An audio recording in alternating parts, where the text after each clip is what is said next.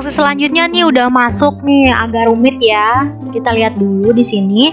Tanggal 1 Februari 2017, BUD menerbitkan SP2DLS gaji sebesar 215 juta dengan rincian sebagai berikut. Ya, rincian sebagai berikutnya. Oke, sekarang kita analisis dulu ya. Di sini adalah transaksinya tentang transaksi apa nih?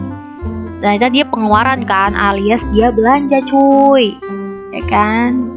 Pengeluaran atau belanja, ya, belanja atau beban juga sama aja ya guys. Nah, sekarang udah tahu tujuan transaksinya, bukti transaksinya apa? Sekarang kita cari. Di sini ada kata kunci menerbitkan SP2DLS, berarti bukti transaksinya SP2DLS. Berarti siapa yang bayar? BUD. BUD apa? RK, PP, KD, bukan kas di bendahara ya. Oke, berarti dia belanja apa sih sebenarnya? Belanja gaji. Gaji itu punya siapa? Pegawai. Berarti ini belanja pegawai, bukan belanja jasa, bukan belanja barang, tapi dia belanja pegawai. Oke, sip. Nah, gaji itu ada bundlingnya. Bundling itu termasuknya itu gaji pokok, tunjangan keluarga, tunjangan jabatan, ya sama PPh 21. Bu, kenapa PPh 21? Bu, karena ini berhubungan dengan gaji atau upah. Gimana kalau ada gaji atau upah, PPh 21 pajaknya. Seperti itu ya guys. Oke.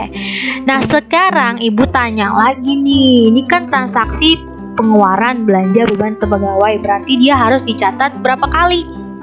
Dicatat 2 kali, di LRA dan juga di LO. Oke, sampai situ paham ya? Kalau di LRA kita pakai akunnya belanja, kalau di LO kita pakai akunnya beban. Ini akun angka 9, ini akunnya 5, seperti itu ya. Berarti kalau di sini ada 3 jenis belanja, berarti kita harus juga catat 3 kali. Ya, jangan digabungin 200 langsung 215, jangan, tapi dicatat juga 3 kali. 3 akun maksudnya gitu. Nah, tapi di sini ada yang namanya PPh pasal 21 potongan. Ya. Oke, sampai sini paham dulu ya. Pajak atau kita menyetor pajak itu nggak ada hubungannya sama LRA, tapi dia langsung ke LO. Oke. Karena kenapa? Karena walaupun PPh 21 ini, jadi ceritanya gini guys, pegawai dapat gaji dong, dapat gaji. Dari gaji dapat potongan PPh 21. Langsung aja kan, berarti gajinya ini dipotong sebesar PPh 21 baru dia dapat gaji bersih kan. Nah, PPh 21 ini ya kan, ini dikumpulin ke si kita nih sebagai SKPD. Nanti kita yang nyetor. Ya, tapi sekarang ibu tanya, ini kan baru disetor dari pegawai kan ke kita. Kitanya udah nyetor ke negara belum? Karena PPh 21 kan PPh nasional, negara yang punya gitu ya. Berarti kita harus menyetor ke negara. Nah, negara itu, nah kita belum nyetor, berarti kan di sini kita ngutang ke negara dong. Kenapa? Karena kita belum nyetorin tuh PPh 21 pegawainya. Berarti kalau utang ini kan akrual ya guys, belum ada terjadi uangnya. Oleh karena itu kita catat di LO. Gitu. Sampai situ paham ya? Kita catat di LO kalau pajak, utang pajak itu. Sampai situ paham ya? Oke. Sampai sini paham dulu sudah. Kalau sudah, kita lanjut ke selanjutnya. Oke. Kita lanjut ke langsung aja ke jurnalnya ya. Nih. Maka jurnalnya adalah di sini kita catat 2 kali kan, di LRA sama di LO.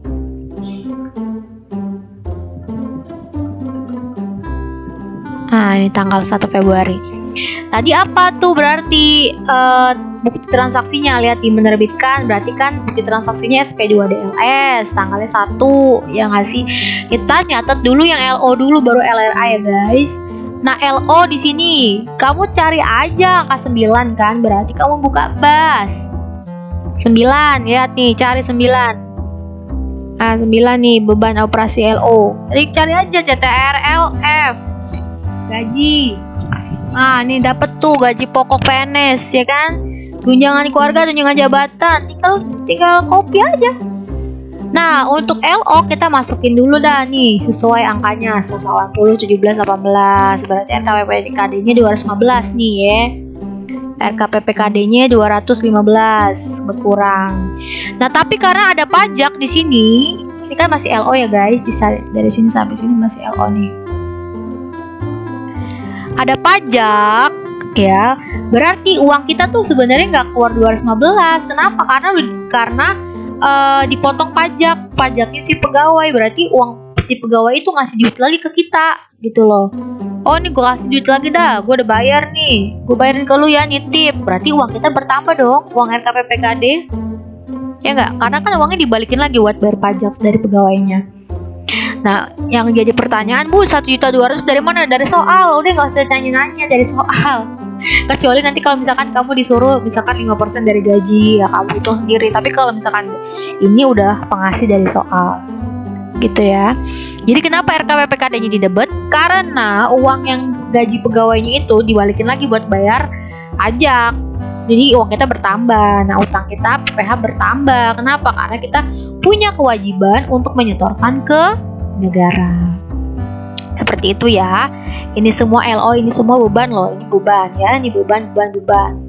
Nah, kemudian di LRA-nya nih, di LRA-nya ya udah, karena dia nggak mengenal potongan pajak, maka ya dimasukinnya sesuai sama soal aja. Ini juga di sini belanja ya guys. Ini belanja gaji, belanja tunjangan keluarga, belanja jabatan. Nah, di kreditnya itu ada perubahan sal. Kenapa, Bu? Karena dia sebagai penyeimbang. Dan sudah peraturannya memang di kreditnya itu kalau dia belanja maka di kreditnya perubahan sal. Kalau dia penerimaan maka di kreditnya pendapatan dan debitnya itu perubahan sal. Jadi seperti itu, perubahan sal bisa menyesuaikan. Jadi seperti itu ya guys. Sampai situ insya Allah paham ya. Oke. Nah, selanjutnya yaitu tanggal 26 Februari. Kita baca dulu ya. Bendahara Pengeluaran Dinas PPO membayar makan dan minum rapat dengan uang UP 500.000. Sekarang kita analisis dulu, berarti ini adalah transaksi belanja ya. Belanja atau beban, berarti kita harus catat di mana LO dan LRA. Seperti itu, mudah sekali pemirsa. Oke, selanjutnya kita cari bukti transaksinya. Tadi apa? Ada kata kunci menggunakan. Ini apaan tuh? Ada nggak? Dengan ya, dengan dan menggunakan sama aja. Berarti UP. Berarti nanti bukti transaksinya UP. Udah gitu doang. Bukti transaksi. Oke. Nah, sekarang kalau kita belanja atau beban, tadi kan belanja itu ada belanja beban itu ada 3 sebenarnya sih belanja beban ya. Kalau umumnya ada belanja gaji, ada belanja barang, ada belanja jasa. Sekarang ibu tanya di sini membayar makan dan minum. Berarti belanja apa nih? Barang apa, jasa apa, gaji? Belanja barang dong. Oke. Kalau belanja barang, kita harus lihat lagi di sini nominalnya ya. Kalau dia kurang dari 1 juta, artinya kurang dari 1 juta itu 999. Ya, kalau udah 1 juta dia kagak termasuk. Ya, kalau dia kurang dari 1 juta maka dia nggak kena pajak apa-apa, nggak kena apa-apa, langsung aja dicatat apa adanya. Tapi kalau dia lebih dari 1 juta, maka dia kena yang namanya PPN 10%. Kalau dia lebih dari 2 juta, maka dia kena PPN plus PPh 22. Kenapa? Karena barang. Kalau dia jasa berarti PPh 23.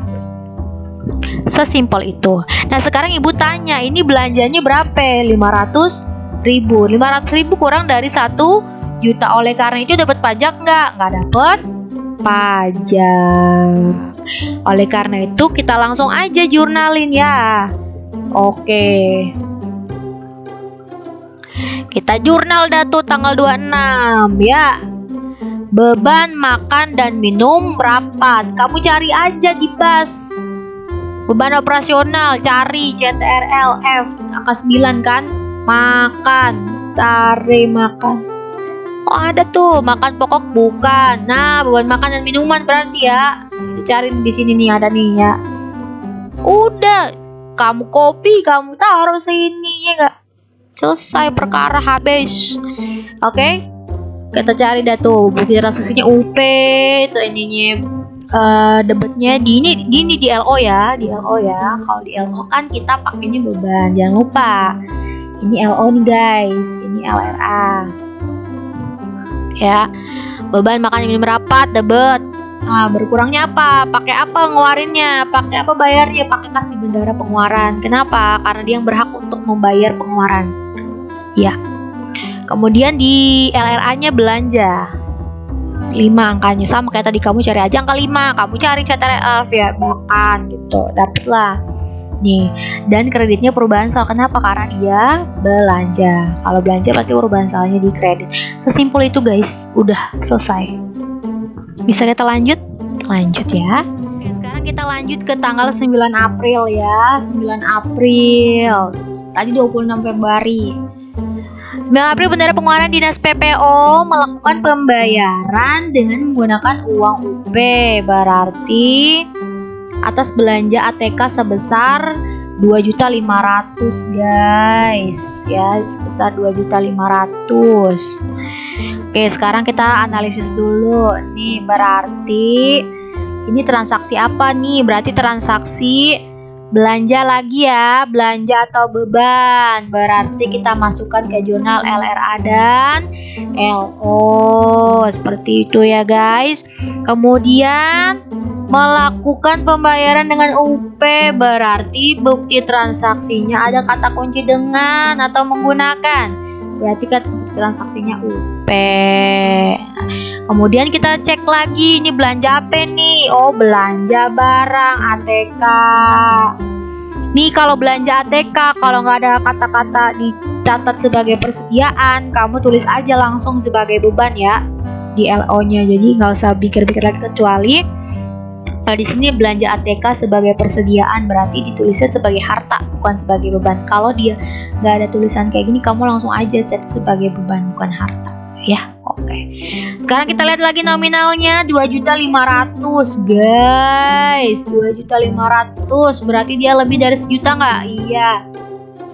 Dia lebih dari 2 juta nggak? Iya. Berarti dia dapat PPN 10% dan PPH apa nih? PPH 22 ya, karena dia beli ATK barang.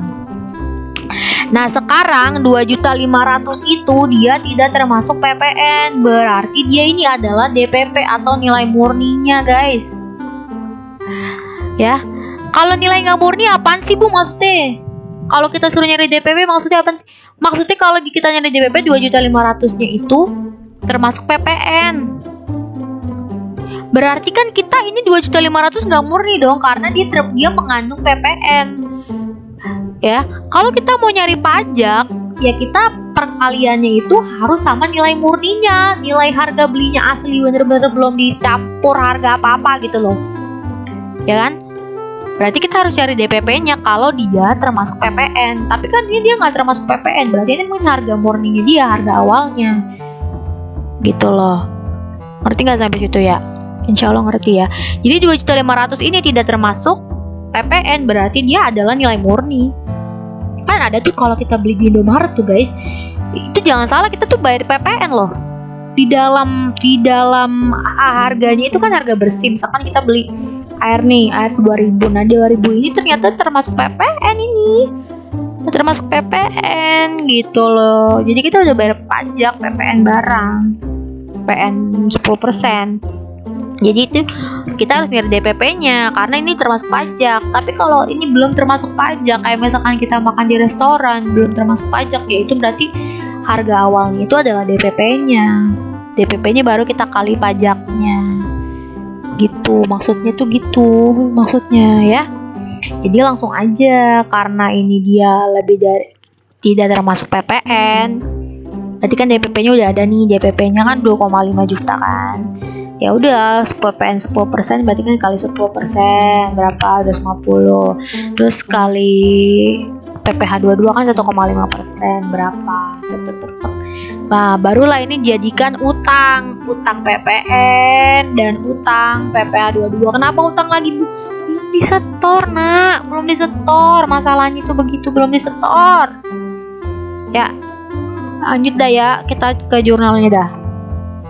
Hapus dulu ya. Nah, ini dia jurnalnya, guys. Tiket sebesaran dikit ya. Nah, tanggal 9 kan? Ya. Nah, ini dia jurnalnya. Nah, kan bener kan? Beban persediaan alat tulis kantor di debat. Ini LO ya. Ingat LO. LO ingat LO. Oke. Ini LRA. Nah, di LO ini ya kan debatnya beban tuh benar 2.750 sebesar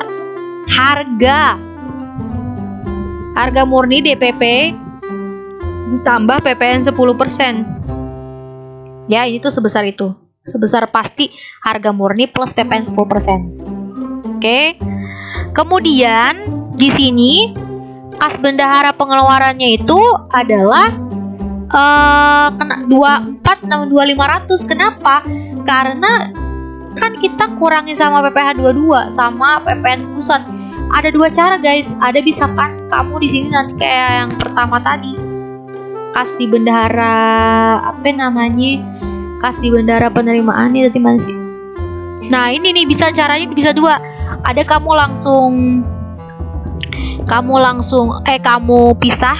Jadi di sini ada nih pisah, jadi di sini utang PPh 22 sama utang PPN ditambah, baru nanti di sini kasnya bertambah, atau kayak ibu langsung aja gini gitu loh. Ya udah masukin aja kas bendahara pengeluarannya berapa, utang PPh-nya berapa. Jadi caranya kita nyatet dulu utang PPh-nya berapa, PPh 22-nya berapa, utang PPN pusatnya berapa, kita tambah, baru kita kurangin sama si jumlah beban persediaan itu. Nah, itulah berarti yang kita bayar tuh segini ke orangnya itu, ke orang yang punya ATK, yang jual ATK-nya itu segini. Bukan segini yang kita bayar. Kenapa? Karena lo kan bayar pajak, jadi gue bayarin lo sini setor, berarti duit lo gue ambil lagi ya, gitu maksudnya tuh, kayak gitu. Kita yang bayarin pajaknya, gitu. Habis ini paham ya? Oke, berarti di sini utangnya di kredit, kasnya juga berkurang kan karena tadi pakai UP kan. Berarti pakai kas bendahara pengeluaran. Terus di LRA-nya di LRA-nya itu selalu nominalnya adalah DPP plus PPN. Dia nggak peduli berapa pajak lo, yang penting nominalnya ya segini gue, gitu kan maksudnya itu gitu. Di sini belanja, di sini perubahan saldo. Seperti itu ya guys. Oke, insya Allah paham ya.